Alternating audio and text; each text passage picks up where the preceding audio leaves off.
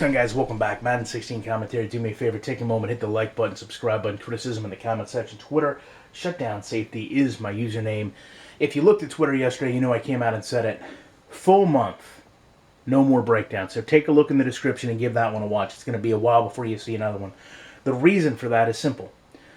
Everyone that's ever been to my channel at some point or other has asked me to do a video series on Connected Franchise.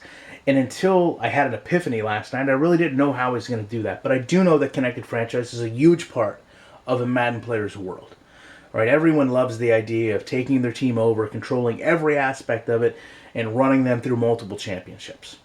Okay, whether you're an online player, an offline player, it's something that we all like to essentially think about doing. However, in Madden, the Connected Franchise has really been lackluster the past few years. And when I look at the problems that I've experienced in it, it's been the way a team's been built, structured, drafted.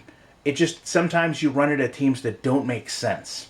So what I've elected to do here, and if you've done it, you'll understand why I haven't shown it, is simulate through the 2018 season. It takes about 10-15 minutes for this game to simulate through for some reason, and again, that's why I didn't show it. If you don't trust or believe what I'm doing here, then by all means, as I say with all my videos really, go out and do it yourself.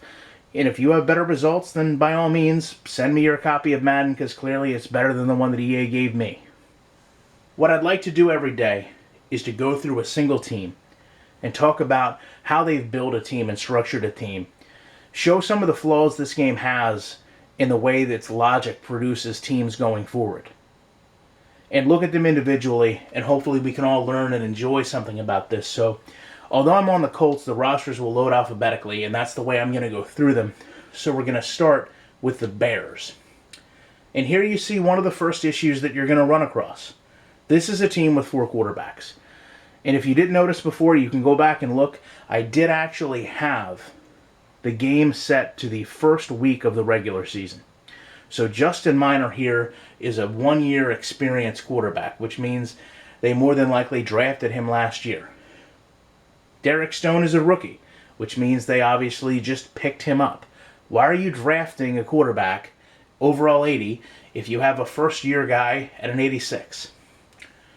Why are you doing that if you have Kirk Cousins, who obviously was either brought in through free agency or traded for because he's not a Bear currently, with 6 years experience? And then obviously you've got another quarterback here with 6 years experience. You're not going to have this happen in the NFL. One, you don't need 4 quarterbacks, but two, you don't, unless you're the Browns, you're not drafting quarterbacks year after year. So already, that's not what you want to see. Now we take a look at halfbacks. Okay, they've kept Jeremy Langford, not a bad idea. It looks like they've also brought in Justin Forsett and Noshawn Moreno. I don't know if I like the idea of 32 and 31-year-old halfbacks backing up a 26-year-old. You know, when we go to speed here, we'll probably see that there's a big discrepancy. So Langford is 92 speed, Forsett is 81, and Moreno is 78. These aren't backs that are going to work well together if you're trying to get outside, if you're trying to run inside perhaps, but I don't know how these 3 players are going to role play in the same offensive line schemes, especially if one goes down. And I know some people are going to say, well, you know, thunder and lightning, smash and dash, whatever the case is going to be. Listen, very rarely do you see 2 older backs backing up a younger back. Fullback really is kind of a dying position in the NFL, so I suppose to see Anthony Sherman here, 87 overall, isn't too bad. Let's see what they've done with their wide receiver core. So Alshon Jeffrey has stayed. Kevin White has stayed, so those are 2 key pieces they have now. That's good to see. Looks like Sean Avery is a younger receiver, 82 overall, not bad. And then Derek Rogers, I can't believe he would still be in the game at this point, and James Sanders. So not a bad receiving core at all. If you're running, 3 wide receiver sets, your worst receiver is going to be an 82. So that's actually pretty positive. Take a look at the tight ends here. Jared Cook, Jacob Tamme, and Ryan Griffin. Again, I'm not a big fan of 33 and over starting, unless you've got somebody that you're trying to develop. And how often are you trying to develop a 5-year tight end? It just doesn't seem to happen. Taking a look at tackles, okay, 2 younger tackles here. That's not bad. You look at the guards, Matt Slauson is still there, which is probably true to form. I mean, you usually have a longer lifespan with the offensive line in the NFL. All right, so Chris Patrick, a center, 83 overall, 2 years into the league is not bad. But again, you've got a 2-year center behind him, so you've been having, rookie centers, first-year centers backing each other up. One's an 83, one's a 67. Just doesn't seem to happen true to form in real life. And you take a look at the guards there, and again, young players, high level overall players, not too bad. Kyle Long, still with the Bears. You take a look at the end, DeQuan Jones, a 72 overall, and a Larry Webster, 71. Looks like an area you would expect to see a little bit better. And then you take a look at the right end. You've got Leonard Williams at an 88, Ray McDonald at a 75, and Lawrence Guy at a 75. Again, this is almost kind of what you ideally want to see. Take a look at defensive tackles. Again, actually not too bad. You've kind of got the 27-year-old, you've got the rookie, and then you've got the veteran. That's almost the way it should play out, even though the veteran has a year less experience because he's 3 years older, obviously got drafted later.